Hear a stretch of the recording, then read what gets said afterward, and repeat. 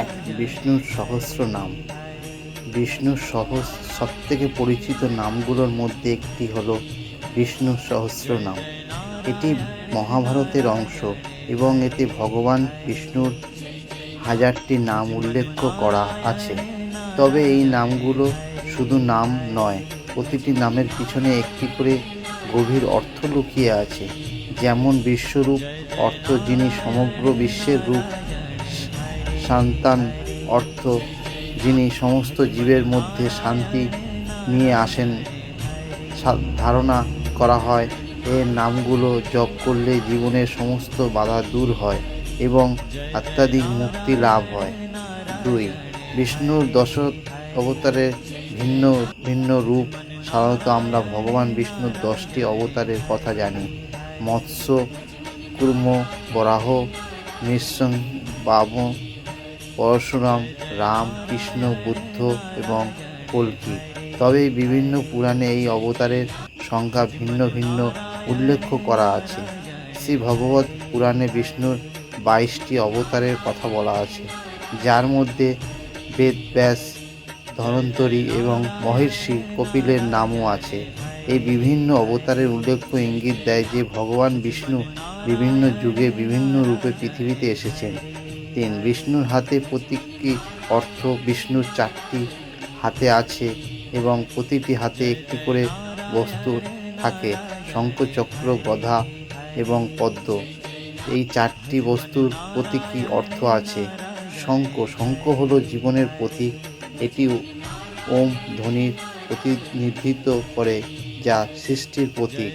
এই ধ্বনি সমস্ত অন্ধকার এবং অজ্ঞতা দূর করে। সুদর্শন চক্র হলো সময়ের প্রতীক। এটি নিয়ন্ত্রণ এবং শৃঙ্খলা রক্ষা করে এবং এটি খারাপ শক্তিকে দূর করার জন্য ব্যবহার করা হয়। গদা হলো শারীরিক এবং মানসিক শক্তির প্রতীক। এটি জীবনের সমস্ত বাধা দূর করতে সাহায্য করে। পদ্ম হলো বিশুদ্ধতার প্রতীক। এটি ইঙ্গিত করে যে মানুষ জীবনের সমস্ত পরিস্থিতিতে নিজেকে পবিত্র রাখতে পারে। 4, বৈকুণ্ঠের রহস্য। ভগবান বিষ্ণুর বাসস্থান বৈকুণ্ঠ নামে পরিচিত। বৈকুণ্ঠে একটি অত্যন্ত পবিত্র স্থান হিসেবে বিবেচনা করা হয়, যেখানে কোনো ধরনের শোক, ভয় বা কষ্ট নেই। কিন্তু এর একটি অজানা দিক হলো এই স্থান কোনো নির্দিষ্ট ভৌগোলিক অবস্থান নয়, বরং এটি একটি আধ্যাত্মিক ক্ষেত্র এবং কেবলমাত্র সেই সব ভক্তের কাছে প্রকাশিত হয় যারা ভক্তি এবং শ্রদ্ধা হৃদয়ের অধিকারী। এই স্থানটিকে তাই আমি প্রতীকী স্থান হিসেবে দেখা হয়। 5, বিষ্ণু ও শিবের মধ্যে সম্পর্ক।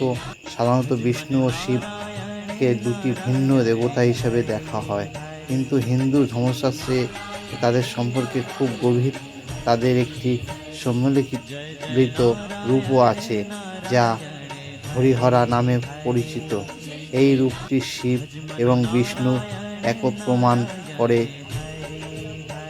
এতে বিষ্ণুর বাম দিক হরি এবং শিবের ডান দিক হরা একীভূত হয়ে যায়। এটি বোঝায় যে সৃষ্টি, স্থিতি এবং প্রলয় 3টি প্রতিক্রিয়া একে অপরের সঙ্গে সম্পর্কিত এবং সমস্ত দেবতা একই সর্বশক্তিমানের বিভিন্ন রূপ দেখা দেয়। বন্ধুরা, ভিডিওটা কেমন লাগলো প্লিজ একটু কমেন্ট করে জানাবেন। তো ভিডিওটা এখানে শেষ করছি, আবার দেখা হবে নেক্সট ভিডিও।